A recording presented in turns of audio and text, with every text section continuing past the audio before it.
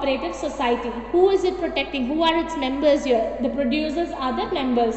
These producers are small producers. We are not talking about big producers. Big producers refers to big capitalists, like let's say DMart, let's say the Big Bazaar, all these Metro, all these are big capitalists who do not need much advertising. People will flood in to go and buy their products. So what is happening here? These small producers are getting affected because nobody wants to buy their products. So what is happening? These producer cooperative society is helping them by providing raw materials, machinery, and even they buy the final product, the output from them. Okay. So whatever profits they are making by these producers gets distributed according to the ratio of what capital the cooperative society members have contributed. The third one is marketing cooperative society. It refers to again small producers. What is happening? It is the same repetitive of producer cooperative society, only that it performs marketing function. That's the extra point that is here. Marketing function like what? Packaging, transportation, warehousing, gives them even finance, gives them even let's say insurance.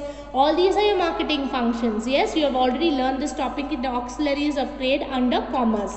Then farmers cooperative society, what is happening here? It's protecting the interests of the farmers. How? Because there's a lot of suicide that's happening nowadays with the farmers.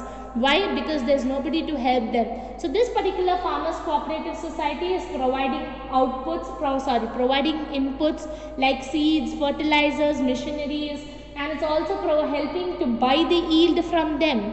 The main aim of this farmers cooperative society is so that it increases the productivity as well as ensures that there is returns from whatever is being cultivated. Then what is happening? Any land disputes, all this is getting solved through the farmers cooperative society. Then you have the last one, that is credit cooperative society. Sorry, second last one.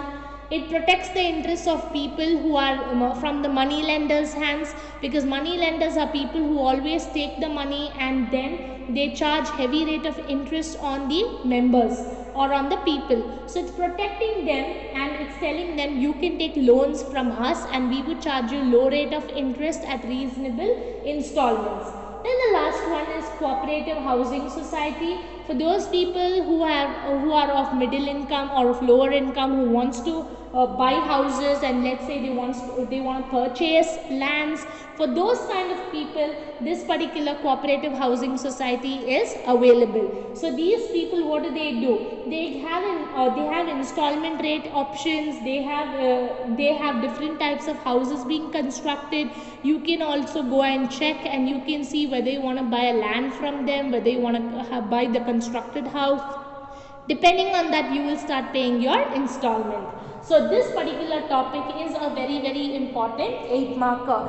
This topic can also come as a 4 marker. So any doubts you have, any questions you have, you will ensure to ask me, message me, leave a comment on YouTube. Tell me, is the topic effective for you, this mode of teaching, or do you want me to change the mode of teaching? I'm sure I can adapt for you. So any doubts, any questions, please like, please subscribe and please share so that other people can also learn. Thank you so much.